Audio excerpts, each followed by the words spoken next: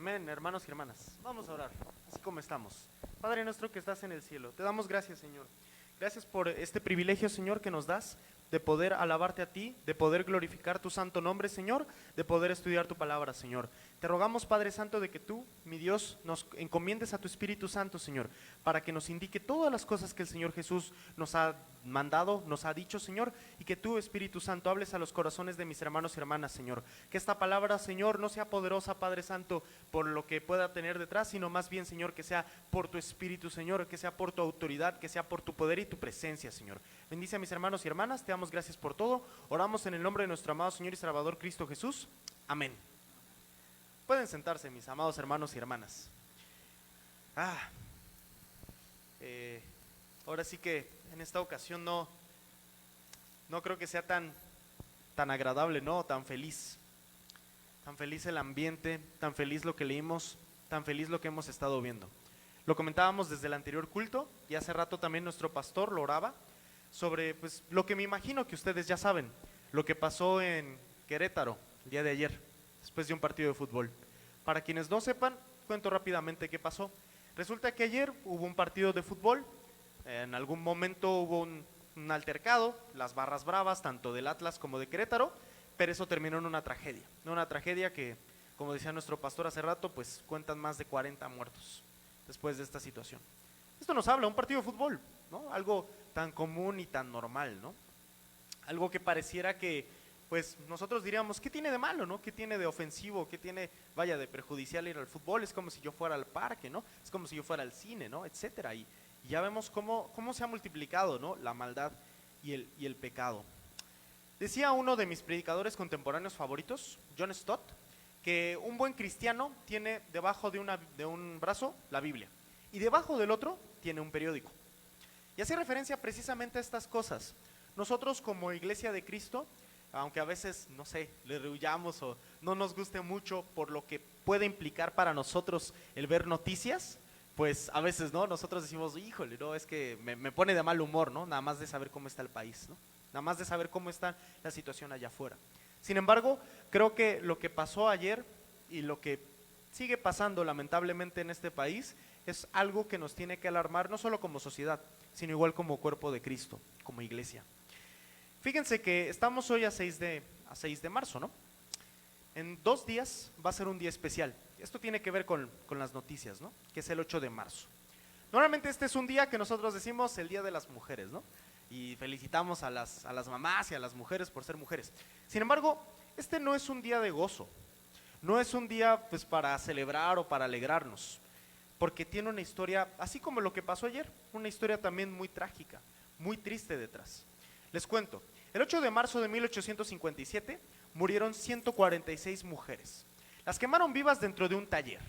Ellas eran fabricantes de camisas, ellas lo único que pedían era igualdad de salario con los hombres, porque lamentablemente les pagaban menos, la mitad del salario que le pagaban a los hombres. Y aparte ellas veían de que sus hijos tenían que trabajar en los textiles, ¿no? En la industria. ¿Saben cuál fue la respuesta en este caso de los empresarios? Encerrarlas en la fábrica un día que llegaron ahí y quemarlas vivas. Desde entonces, el 8 de marzo quedó para nosotros un recordatorio sobre toda esta situación que todavía el día de hoy no ha acabado. No ha acabado la desigualdad, la desigualdad económica, no ha acabado tampoco la violencia. Y como acabamos de leer, ¿no les parece muy actual? Algo que veríamos en los periódicos que pasa todos los días en este país. Les doy unas cuantas cifras. Resulta que en México, el año pasado, en 2021, hubo 1004 feminicidios. ¿Cuál es la diferencia entre un feminicidio y un homicidio normal? Un feminicidio es cuando matan a una mujer con mayor saña por ser mujer, que le hacen cosas, como lo leíamos hace ratito en la palabra de Dios, que no le harían a un hombre. 1004 feminicidios.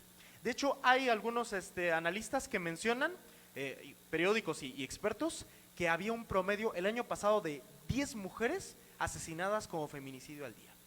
Una sangría de violencia.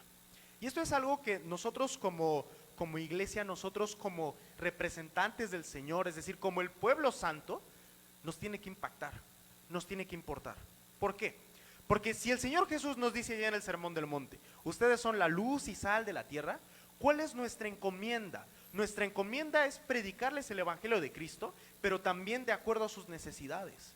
Nos damos cuenta de que si este país se está desangrando, y no solo desangrando, sino incluso en términos de género, está afectando a las mujeres, y más si vemos acá nuestra iglesia que tenemos, gloria a Dios, una mayoría de membresía de mujeres, es algo que nos tiene que impactar.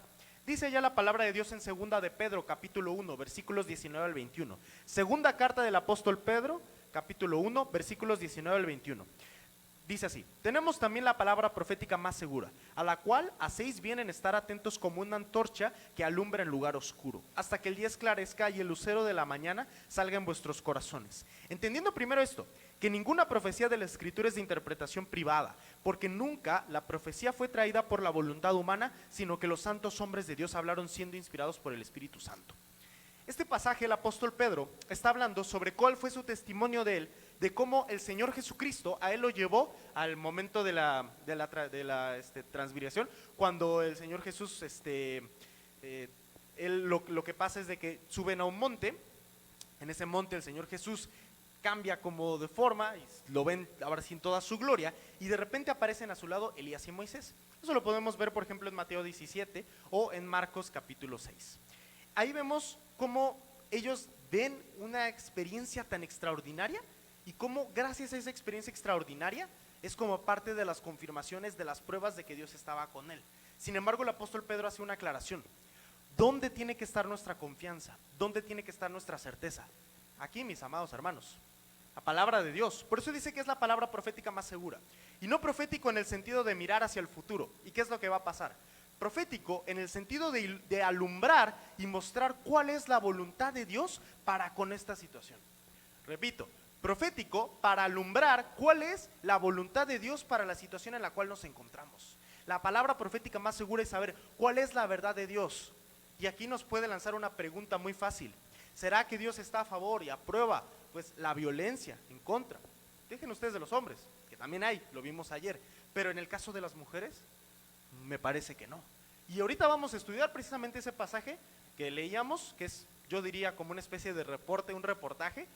Yo que estudié comunicaciones, como si yo hubiera escrito, ¿no?, en ese entonces, un registro así de una situación y un hecho tan atroz como lo acabamos de leer. Si se dan cuenta, también en este pasaje de Pedro nos menciona una cosa interesante. Cuando dice de que tenemos la palabra profética más segura, está hablando sobre quiénes la trajeron. Y dice, entendiendo esto, la escritura no es de interpretación privada. ¿Qué quiere decir con esto? ¿Será acaso de que el Señor no se goza en que nosotros leamos cada uno nuestras Biblias? No, de ninguna manera. Lo que nos quiere decir aquí el apóstol Pedro es que la manifestación del Espíritu Santo es como nosotros, ahora sí el Espíritu Santo va hablando a cada uno de los corazones, es cuando estamos en comunidad. Por eso dice, no es de interpretación privada, sabiendo que la palabra de Dios fue inspirada por el Espíritu Santo. Cuando estamos en comunidad, y aquí es tanto un recordatorio para nuestros hermanos y hermanas que están aquí en distancia, como igual aquí hermanos, que ahora sí doy gracias a Dios por sus vidas, de que estamos aquí presentes en el templo, porque ese es uno de los motivos por los cuales estamos en el templo. Porque aquí es donde se manifiesta la presencia del Espíritu Santo. Porque aquí cuando estamos adorando, cuando estamos escuchando, cuando estamos incluso orando, reflexionando sobre lo que nuestro pastor o el predicador o predicadora está diciendo acerca de la palabra de Dios, es cuando se manifiesta el Espíritu Santo.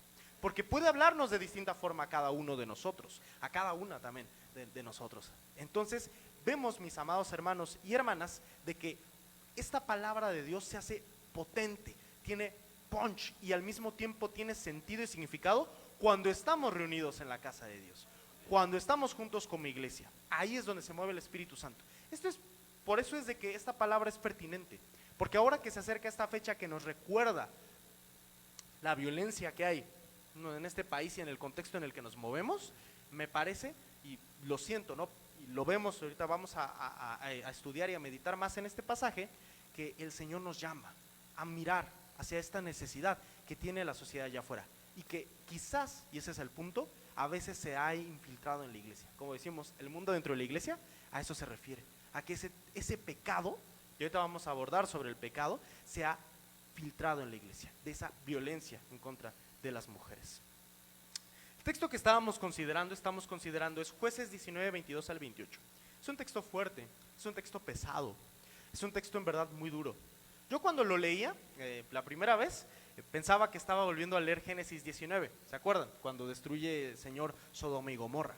Y nos recuerda mucho esa situación, cómo una comunidad, una sociedad estaba tan depravada, tan corrompida, que nada más llega un forastero y lo único que quieren es conocerle. Conocerle es un eufemismo para decir tener relaciones sexuales con la persona. Pero en este caso, si eran tantas personas, no creo que eran relaciones sexuales pues consensuadas, ¿no? Es decir, querían, ya saben, tener una relación no precisamente agradable. Aquí vemos nosotros que todo este texto se encuentra en un libro muy fuerte también, en toda la Biblia, que es Jueces. El libro de los Jueces nos habla todo un periodo de tiempo que pasó entre la conquista de Israel a la tierra prometida y lo que es la monarquía de Saúl y David. ¿Por qué es importante este periodo de tiempo? Porque Jueces nos habla sobre una sociedad que estaba corrompida y decadente. Todo el tiempo nos va a mencionar una frase, y no había rey, y en aquellos días no había rey, y cada uno hacía como bien le parecía. Ahorita vamos a profundizar en ello. Pero lo que sí les quiero dejar en claro, mis amados hermanos y hermanas, es de que este libro de Jueces nos habla sobre la profunda necesidad de Dios que tenía la sociedad que decía ser el pueblo de Dios, que decían ser los escogidos de Dios, y que aparte sus padres, sus antepasados, habían sido rescatados de Dios desde Egipto. Esta sociedad tenía tanta necesidad de Dios que habían caído en una espiral de violencia que lo único que hacía era dañar unos a otros y a otros a otros, al grado que hasta casi desaparecen a una tribu. Pero eso ahorita lo vamos a ver. ¿Cuál fue la causa de toda esta violencia, no? Cuando vemos allá afuera, cuando vemos lo que pasó ayer, cuando vemos lo que sigue pasando en el país, cuando vemos lo que leímos en el pasaje de Jueces, nos preguntamos, ¿de dónde nace esta violencia? ¿Cuál es el origen de esta violencia? Dice allá Jueces capítulo 2, versículo 11. Dice, después los hijos de Israel hicieron lo malo ante los ojos de Jehová y sirvieron a los Baales. Dejaron a Jehová, el Dios de sus padres, que los había sacado de la tierra de Egipto, y se fueron tras otros dioses, los dioses de los pueblos que estaban en sus alrededores, y a los cuales adoraron y provocaron a ira a Jehová. La causa de esta situación de violencia, la causa de este conflicto y dolor, fue que se apartaron de Jehová. Aunque el pasaje nos va a decir de que Jehová les lanzaba males y demás, lo que nos quiere dar a entender es que gracias a que ellos se apartaron de Dios, las consecuencias de sus actos, lo que provocaron fue violencia. ¿Qué quiere decir con esto, mis amados hermanos y hermanas? Cuando estudiamos nuestra Biblia, cuando leemos la palabra de Dios, nos damos cuenta que nos plantea dos tipos de personas, dos pueblos, por así decirlo. El pueblo de Dios y el que no es pueblo de Dios. El pueblo de Dios es el que tiene a Jehová, al Dios revelado en Cristo Jesús, como su rey, como su señor, como su amo. El otro reino, el otro grupo de personas son los que no lo tienen como su rey, como su señor. Y ese grupo de personas, nos dice allá el apóstol Pablo en Romanos 6, son los que están bajo el gobierno del pecado, bajo el gobierno de la maldad, bajo el gobierno del enemigo. ¿Cuál es el fruto que produce el pecado, no? Igual Romanos 6:23, ¿no? Que nos dice, la paga del pecado es la muerte. No porque tenga un costo delante de Dios y diga, te quiero matar porque estás pecando, ¿no? No, la paga del pecado es la muerte, en el sentido de que esa es la consecuencia de los actos. Eso es la retribución, lo que uno obtiene por hacerlo, ¿no? Como también dice pasaje allá en Gálatas, ¿no? Todo lo que el hombre sembrare, eso cosechará. En este caso, la cosecha del pecado es la muerte, es el dolor, es, sí, lastimar tanto a otras personas, primero el corazón de Dios, segundo lugar el prójimo, y en tercer lugar a nosotros. El pecado también nos daña a nosotros. Nos dice también en la parte de la palabra que nosotros vemos, es que si nosotros perdemos nuestra relación con el Señor, si nosotros nos vamos separando de ese rey que nos salvó, vamos pasándonos, por así decir, como a la frontera al otro territorio, al otro gobierno, al otro régimen, el que está bajo el enemigo. Y este es un proceso gradual. Cuando nosotros hablamos de cuidar nuestra salvación, de ahora sí ocuparnos con temor y temblor, se refiere ahí el apóstol Pablo a tener nosotros en mente, y tener siempre en mente y en cuenta, de que si nos vamos nosotros deslizando, apartando de la presencia de Dios, apartando de seguir su voluntad y sus mandamientos, apartándonos de su discipulado, de su compañerismo con Cristo, nos vamos poco a poco pasándonos al otro territorio hasta que, híjole, ya me crucé el territorio, ya estoy del otro lado. Y fíjense lo que hace el pecado en la vida de una persona. Isaías 59, versículos 7 al 9. Isaías 59, versículos 7 al 9. Nos dice así la palabra de Dios. Sus pies corren al mal, se apresuran para derramar sangre inocente. Sus pensamientos de iniquidad, destrucción y quebrantamiento hay en sus caminos. No conocieron camino de paz, ni hay justicia en sus caminos. Sus veradas son torcidas. Cualquiera que por ellas fuere, no conocerá paz. Por esto se alejó de nosotros la justicia y no nos alcanzó la rectitud. Esperamos la luz y he aquí tinieblas, resplandores y andamos en oscuridad. Fíjense, la vida de una persona que ha perdido prácticamente toda la sensibilidad del Espíritu Santo, que ha perdido su relación con el Señor y se ha pasado al otro lado, al territorio de donde lo salvó el Señor, fíjense cuál es su forma de vida. Sus pies corren presurosos al mal, es decir, no puede evitarlo, lo disfruta tanto que no puede evitarlo, como lo que pasó el día de ayer, ¿no? Es un caso muy ilustrativo lo del día de ayer también, ¿no? Estas personas, si ustedes las ven en los videos, están divirtiéndose, están alegres con lo que están haciendo. Y pueden ver ahí una persona que se está muriendo, incluso ni en paños menores. Ahí totalmente vejada, totalmente humillada la persona y se están divirtiendo, se están riendo. Fíjense, la vida, vemos un primer punto. La vida que está gobernada por el pecado es una vida que ya no tiene ninguna sensibilidad ante la voz de Dios, ante el temor de Dios, ante el amor siquiera al prójimo, nada. El segundo punto que vemos con una vida que está gobernada bajo el pecado es una vida que siempre va a afectar la vida de otros. A veces nosotros pensamos, no, este pecado solo Dios lo va a ver, ¿no? Pero nadie más, nadie se va a enterar, nadie tiene por qué. Total, el único que le hace daño es a mí. Fíjense que no. El propio pasaje de Isaías nos describe precisamente otra etapa de la historia de Israel, que también estaban en una crisis nacional. Pero en esa época, lo que Isaías nos va a decir es la explicación de por qué este mal de la sociedad es que estaban ya tan dominados por el pecado, ya tan corrompidos, que no se daban cuenta que estaban dañando a otras personas. Siempre la vida gobernada por el pecado va a dañar a otros. Por eso es tan importante la doctrina de santidad, que es herencia que tenemos nosotros como Iglesia del Nazareno. Porque nuestra doctrina, la doctrina de santidad es siempre nosotros el llamado a ser santos, el llamado a apartarnos del pecado, a cortar nuestra relación con él, con el pecado. ¿Por qué? Porque eso es lo que evita, dejen ustedes que dañemos nuestra relación con Dios, que dañemos al prójimo, que molestemos allá afuera y que estemos igual que las bestias del día de ayer, ¿no? Porque si somos llamados a ser luz y sal de la tierra, ahora sí, ¿cómo nos podemos comportar como el mundo, no? Pues básicamente seríamos igual. ¿Cuál sería nuestra distinción, no? ¿Realmente hemos sido salvados o no? Por eso es de que en este sentido, una forma en la cual nosotros podemos ver hacia allá afuera y manifestar el amor de Dios, manifestar la cura y la cura y la medicina que tienen allá, que necesitan lo que está pasando allá afuera, es a partir de la santidad, de romper con el pecado. El último punto que vemos en este pasaje de Isaías es que al final todo el contexto, o sea, toda la situación de pecado va a terminar sí o sí en la falta de justicia, como lo que acabamos de leer, como lo que estamos comentando del día de ayer, como lo que incluso les conté de la historia del 8 de marzo, que hasta el día de hoy sigue pasando. Lo que ocasiona el pecado, una vida y una sociedad llena de pecado, es una falta de justicia. Muy bien, vámonos a Jueces 19. Jueces 19.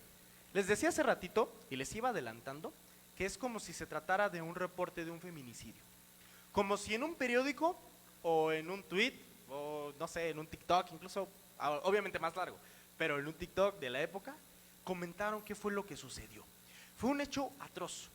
De hecho, esta situación de Jueces 19, y les invito a que ya posteriormente en casa, pudieran revisar los capítulos 20 y 21, porque esa situación no acabó allí, pero tampoco hubo justicia.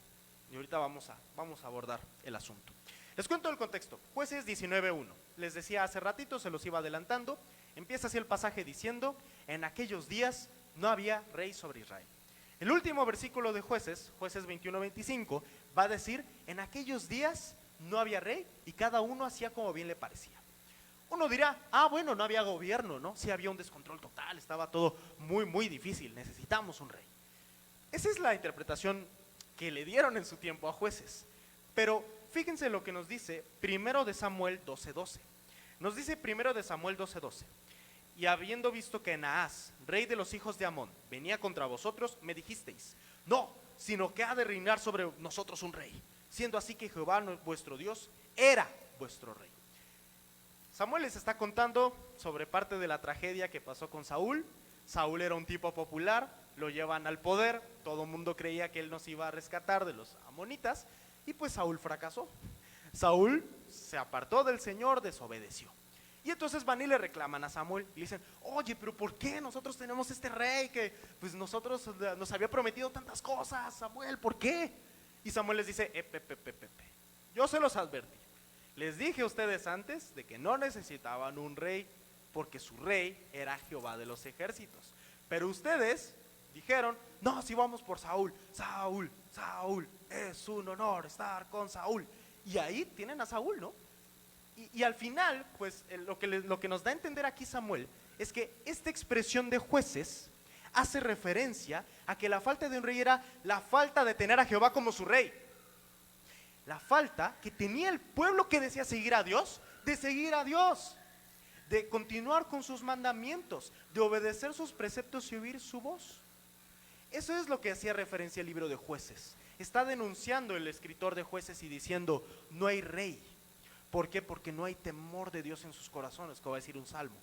No está la presencia de Dios. Y eso que ellos dicen hacer cultos, y eso que ellos dicen seguir a Dios, pero no está allí presente.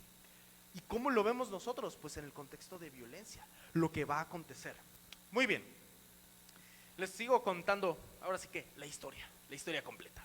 Resulta que volvamos a Jueces 19, ¿no? Estaba allí, escriben y cuentan esta historia. Resulta que en aquellas épocas había un levita. Nosotros, ¿qué diríamos del día de hoy? Diríamos nosotros un cristiano, pero no cualquier cristiano. Era un cristiano que era líder, ya sea maestro en la escuela dominical, líder en la junta o incluso ujier. O sea, un tipo que estaba allí en el templo, metido, levita, llamado por Dios, incluso por linaje. Entonces él estaba allí siempre en el templo, siempre en las funciones del Señor. Pero fíjense qué curioso con el siervo este. Resulta que el siervo de Dios, así le voy a decir, ¿no? Para referirnos al levita, tenía una concubina. Una concubina para nosotros diríamos, bueno, ya de por sí, ya que escuchamos de que un siervo de Dios tuviera una concubina, ya se nos hace raro, ¿no? ¿Por qué no se casó el hermano? Pero bueno, en esa época, la concubina era una esclava. En esa época, las mujeres no tenían tantos derechos como ahora. En esa época, una concubina era propiedad del que tenía. ¿Esto qué nos quiere decir? De que el siervo tenía una esclava. Y una esclava, pues, para usos ya saben, ¿no? Entonces ahí ya estamos dudando de la santidad del siervo, ¿no? De este siervo. Resulta que nos dice el versículo 2 en Reina Valera de que la concubina le fue infiel. Pero fíjense qué curiosas son las cosas. Otras versiones, como Nueva Traducción Viviente o la Biblia del Peregrino, traducida por el biblista español Luis Alonso Choquel, nos mencionan de que hay otra variante textual, o sea, hay otra forma de leer ese pasaje, no diciendo que le fue infiel, sino diciendo, y lo traducen así, que ella se enojó por él. Ella se enojó con él y se va a casa de su papá. Fíjense qué curioso. ¿Por qué hay dos versiones distintas de este versículo?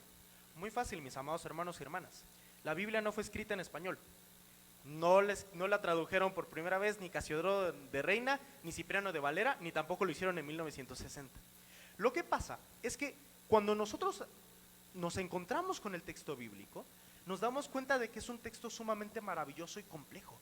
Por eso es tan hermoso, porque nos invita a que nosotros lo estemos estudiando, para ir discerniendo cuál es la voz de Dios a través de las Escrituras. Y por eso también es importante y necesario que si tienen acceso incluso en algún momento a leer otra versión bíblica, lo hagan. Les invito a que lo hagan, hermanos y hermanas. En verdad, es de muchísima bendición, porque nos amplía horizontes o nos damos cuenta de otras cosas que no vimos en la primera vez en nuestra versión nativa, por así decir, en la que siempre manejamos. Resulta que ya desde aquí, desde la propia traducción, ya tenemos nosotros un problema de violencia. ¿Por qué? Porque si decimos de que la concubina fue infiel, estamos nosotros diciendo de que Dios fue justo al castigarla y matarla así. Pero si nos damos cuenta de que hay otra versión donde nos dice que ya tenía problemas ella con el levita y se fue a casa de su papá a resguardarse, nos habla entonces de la gran gravedad de la situación. Si ella se enojó con el levita, quiere decir, mis hermanos y hermanas, de que ella desde el principio estaba sufriendo violencia. Todo el pasaje es de violencia. Y da mucho sentido porque decimos, no, pues un siervo de Dios que tiene una concubina, que es su esclava, pues, y después lo que va a hacer no da mucha imagen de santidad. Realmente nos está haciendo una denuncia de cómo estaba el pueblo de Dios en esa época. Muy bien, sigamos en el propio pasaje. Les pongo en contexto. Después de que ella se va con su papá, resulta pues que ahí va la concubina y el levita, como buen siervo de Dios, va a hablar con ella. Dice que incluso le va a hablar a su corazón. Entonces va y trata ahí como de hablar con ella, pero fíjense, en el versículo 3 y 4 ya empieza a desaparecer la concubina y se pone de acuerdo con el papá se alegra y dice, qué bueno que viniste, tú eres mi yernazo, ¿no?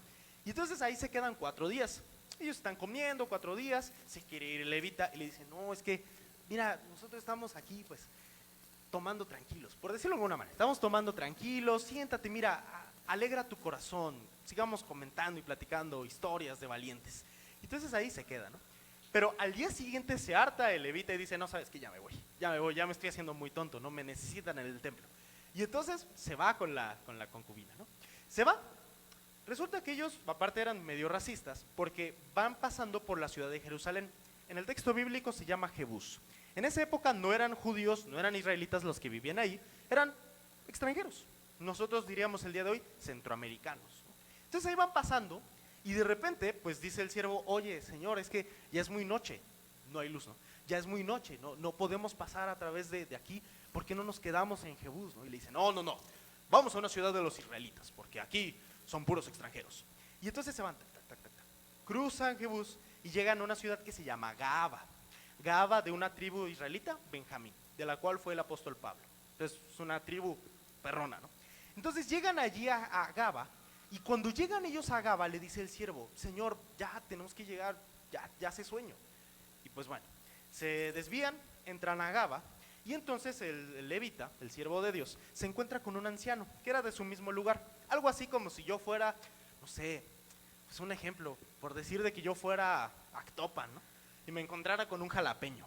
Y dijera, no manches, un jalapeño, no, pues sí, me voy contigo, me voy a tu casa. Tú ahora sí me acoges tú, ¿no? Este es el contexto de lo que sucede antes de lo que leímos. Resulta que lo que leímos es que empieza donde ellos se sientan y también comen tranquilos, beben tranquilos. Pero aquí hay una cosa diferente. Toda la comunidad alrededor está tan corrompida que quiere tener relaciones sexuales con el levita. Y fíjense la respuesta que da la respuesta que da el anciano es como de, no le hagan eso, es mi invitado, no, es más, les entrego a mi hija, que aparte es virgen. Y entonces, y aparte dice, y ahí está la concubina también por si quieren a alguien más, y le dice, no, déjanos, nosotros queremos conocer al levita. Bueno, el levita lo que hace es que no le preguntan, es como de, oye, salte, saca a la concubina, cierra la puerta y se las entrega. No, valiente siervo de Dios, ¿no? Se las entrega a la concubina.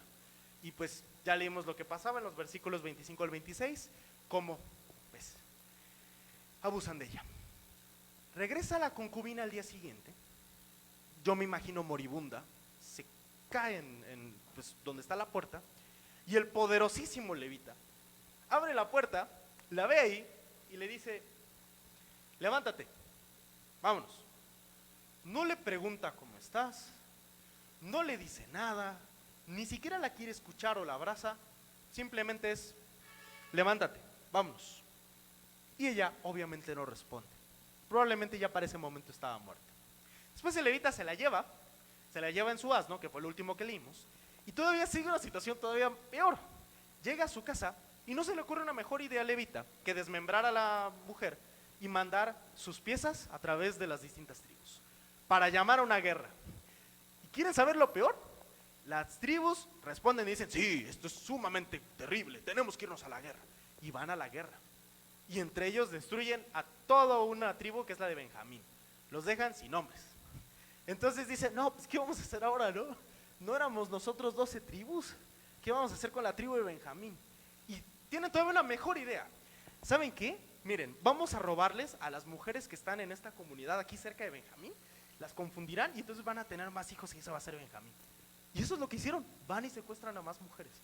Se dan cuenta entonces cómo de un inicio del pecado, que empezó, se puede decir en este caso con el levita, que era el siervo de Dios, todo lo que derivó, en todo lo que llevó, y uno diría, no, pues es que es la vida de ellos, respeta la vida del levita. Sí, pero al final puso en riesgo la seguridad nacional. Obviamente, nosotros diríamos, está exagerando y demás. Probablemente sí, pero el problema es de que esa sociedad estaba totalmente corrompida. No había, ahora sí como dice el salmista, ¿no? Ni uno solo. El Salmo 14 y el Salmo 53, ¿no? No hay ni uno solo bueno, ¿no? Ni aún uno que haga lo bueno, ni que entienda los caminos de Dios. Qué triste, ¿no? Y qué difícil situación de esta sociedad que vivía el pueblo de Israel en tiempo de jueces. Yo saco de este pasaje, porque ya les resumí básicamente la historia, tres lecciones sobre el pasaje. La primera lección, y es algo que no había yo notado, no se nombra el nombre de Dios hasta el siguiente capítulo cuando es la guerra. No aparece Dios en escena. ¿Quieren saber eso qué significa? Que el Señor no se goza de la violencia. El Señor no se goza de la violencia. Él está en contra de la violencia. Él no la bendice, no se goza, al contrario, la reprueba, no puede soportarla. ¿Por qué? Porque su santidad es tal del Señor que eso es pecado. La violencia es pecado. Por eso dice ya Mateo 5, 23 y 24. Y fíjense lo que se aplica para nosotros. Mateo 5, 23 y 24. Por tanto, si traes tu ofrenda al altar y allí te acuerdas de que tu hermano tiene algo contra ti, deja allí tu ofrenda delante del altar y anda y reconcíliate primero con tu hermano. Y entonces ven y presenta tu ofrenda. Esto que nos da a entender, mis amados hermanos y hermanas, que la violencia siempre, siempre, siempre es una barrera para la bendición de Dios. La violencia es una barrera para la bendición de Dios. La bendición, la violencia, el pecado, ¿se dan cuenta? Es pecado. Nos impide nosotros tener una relación con Dios. Nos marca ese límite. No podemos nosotros estar con Él. Por eso en el Sermón del Monte eso decía el Señor Jesús. ¿Cómo podemos presentarnos delante de Dios si estamos en violencia, si estamos en pecado y no lo hemos resuelto? Ni siquiera estando en su presencia nos acordamos de con quienes tenemos problemas. Igual dice Primera de Pedro 3:7, que está muy vinculado a este tema. Vosotros maridos, igualmente vivid con ella sabiamente, dando honor a la mujer como a vaso más frágil y como coherederas de la gracia de la vida, para que vuestras oraciones no tengan estorbo. Habla sobre el mismo tema el apóstol Pedro allí y está diciendo, hermanos, dice el apóstol Pedro, hermanos, siervos del Señor, no tengan ningún estorbo a su oración. Traten a su esposa como el vaso más frágil en el sentido de conforme a sus necesidades. Recuerden que están a la misma altura, son coherederos. Dios los ha puesto de la misma forma.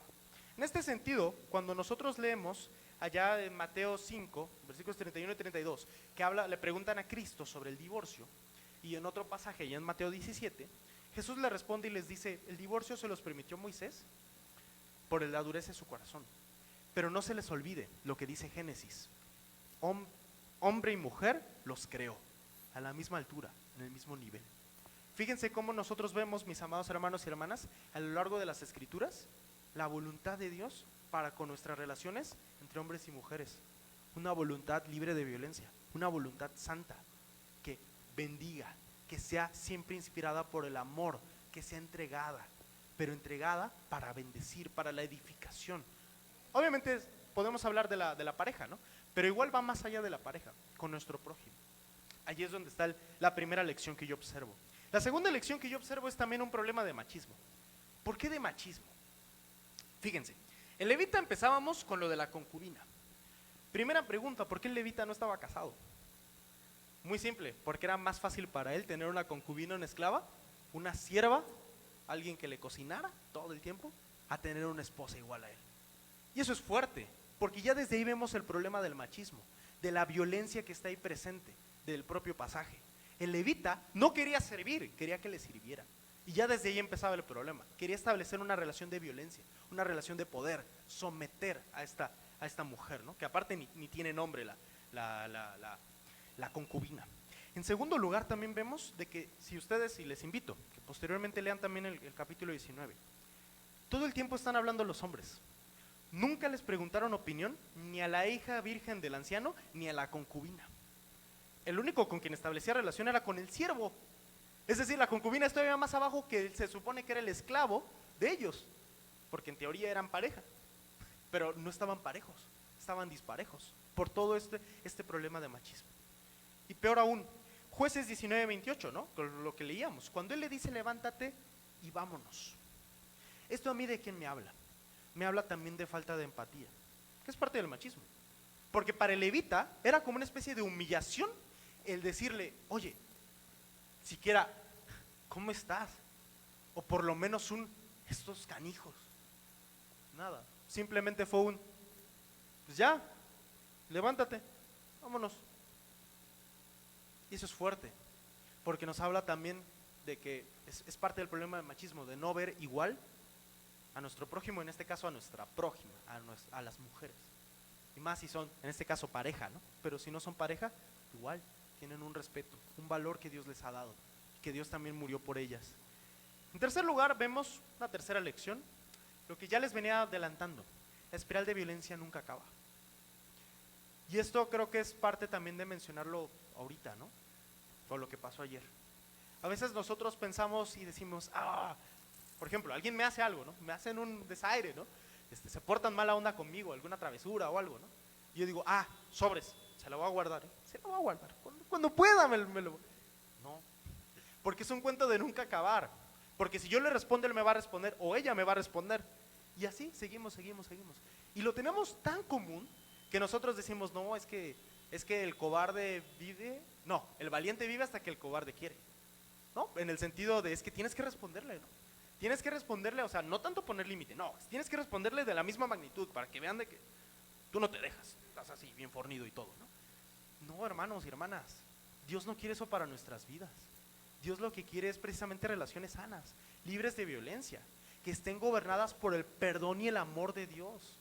Si alguien me hace algo, perdónalo, perdonémonos. Y si alguien, o sea, yo le hice algo a alguien, pidamos perdón, no seamos como el levita, que todavía encima de que le hace algo, es que peor, le hace algo, la manda ella a la batalla, va a morir sola, y cuando viene no le dice ni siquiera un perdón, no, ni un perdón, ni siquiera es un ¿cómo estás? No, simplemente es como de, bueno, ya hiciste tu función, vámonos. No seamos como el levita, hermanos y hermanas. Finalmente, y con esto quiero ir cerrando, ¿qué es lo que Dios pide de nosotros, hermanos y hermanas, como iglesia, para con la sociedad allá afuera? Nos responde, una parte de la respuesta nos diría Juan Wesley, ¿no? Si santidad social, no hay santidad personal. Si el pecado y la vida de pecado está enfocada para lastimar a otras personas, la vida en santidad es una vida enfocada para bendecir a otras personas, para edificar a otras personas, para amar a otras personas y verlas crecer las demás personas, sean o no ovejas del prado del Señor, porque quizás si no son ovejas del prado del Señor, a partir de ver cómo nosotros bendecimos sus vidas, puedan conocer el amor de Dios. También vemos nosotros, como parte de la doctrina de la Iglesia del Nazareno, una herencia que hemos recibido. Podemos leer el pasaje de Miqueas 3:8. Mas yo estoy lleno del poder del Espíritu de Jehová, y de juicio y de fuerza, para denunciar a Jacob su rebelión y a Israel su pecado. El llamado que tenemos nosotros como iglesia, hermanos y hermanas, es a estar llenos del Espíritu Santo, llenos de tener el poder para testificar, para predicar la palabra de Dios, predicarla con nuestras vidas, con nuestras relaciones, familias, con nuestros trabajos, con nuestras escuelas. Y en segundo lugar, para ahora sí, con esa autoridad que Dios nos ha dado, decirle, oye, mira, Dios no quiere esto para con tu vida. Dios no quiere que estés sometida. Dios no quiere que violentes. Dios quiere algo mejor, algo basado en el amor santo del Señor Jesús. Y finalmente, ¿cuál es la gran voluntad de Dios que quiere para con nuestras vidas? Y esta es una promesa que tenemos todas y todos. Primera de Pedro 5:10. Mas el Dios de toda gracia, que nos llamó a su gloria eterna en Jesucristo, después de que hayáis padecido un tiempo, Él mismo os perfeccione, afirme, fortalezca y establezca. Dios quiere vidas plenas. Cuando dice de que Él nos perfeccione, es que nos complete con su presencia, con su amor, con su fuego, con su gozo, con su paz. Cuando nos dice que nos afirme, es que nosotros sepamos quiénes somos en Él, nuestra identidad en Cristo. Somos hijos e hijas de Dios, que somos uno con Cristo, que somos una con Cristo, que Él nos da la fuerza, nos brinde la paz, el gozo y la seguridad. NBI me parece que traduce, Él nos restaure, nos incluso lo que nos quitaron, lo que ha sido dañado, las heridas que tenemos, como hace rato predicaba mi hermano Néstor. Es Dios quien nos promete de que Él lo va a hacer, esa obra la va a hacer en nosotros. Y el Espíritu Santo va a irnos tratando y va a irnos sanando y va a irnos recuperando y restaurando. Nosotros creemos en un Dios que puede cambiar las cosas, amén, sí, claro. Y creemos también de que Él puede librar barreras, ahora sí, de maldad, ¿no? Cadenas de maldad y demás, lo creemos. Pero también, mis amados hermanos y hermanas, entendamos siempre que la voluntad de Dios es esta, agradable y perfecta para con nosotros, vivir plenos, gozosos en Él. Así es como se testifica del amor del Señor Jesús. Así que les invito para que así como estamos, oremos a nuestro Dios y pidamos su bendición. Padre nuestro que estás en el cielo, te damos gracias, Señor. Gracias, Padre Santo, por tu palabra, mi Dios. Gracias, Señor, por tu presencia, Espíritu Santo. Gracias, amado Padre, por la vida de tu iglesia, Señor. Por mis hermanos y hermanas que están aquí presentes, Señor. Por también, Señor, quienes están a la distancia, Padre Celestial. También te damos gracias por quienes lleguen a escuchar este mensaje, mi Dios. Te damos gracias, Padre, porque tú eres bueno, Señor. Porque para siempre es tu misericordia, Señor. Gracias por recordarnos de que a pesar, Señor, de toda la bruma, Señor, de todas las tinieblas, de toda la oscuridad, de todo el dolor, Señor, y de todo, Padre Celestial, lo que ocasiona el pecado, Señor, tú nos manifiestas que tú eres grande, Señor. Que hay un camino más excelente, Señor. Que tenemos una promesa, un tesoro y una confianza segura en ti, mi Dios. Gracias, bendito Padre. Gracias, Señor Jesús, por tu sacrificio, Señor. Porque gracias a tu sacrificio, Señor, es que nosotros podemos tener gozo, es que nosotros podemos tener paz, es que nosotros podemos tener el perdón y redención para nuestras vidas, Señor, para con nuestros semejantes, Señor, para con nuestras familias, Señor, para con nuestros amigos, amigas, seres queridos, Señor, compañeros de trabajo, Señor, compañeras, Padre Celestial, o compañeros de escuela, Señor. Gracias, amado Dios. Te rogamos, Espíritu Santo, de que tú hagas viva esta palabra para con nosotros, Señor. Que esta promesa, Señor, que tú has dado, Señor, que es que tú nos vas a perfeccionar, Señor, nos vas a completar en ti, afirmar en ti, Señor, nos vas a fortalecer y nos vas a restaurar, mi Dios, sea completa y patente en nuestras vidas, Señor. Gracias, Padre Santo. Te rogamos tu bendición, Señor, que siempre, mi Dios, siempre nos des las fuerzas y la energía para sostenernos, Señor, y depender absolutamente de ti, Señor. Oramos, Padre Santo, agradecidos y confiados, en el nombre de nuestro amado Señor y Salvador Cristo Jesús. Amén. Dios me los bendiga, hermanos y hermanas.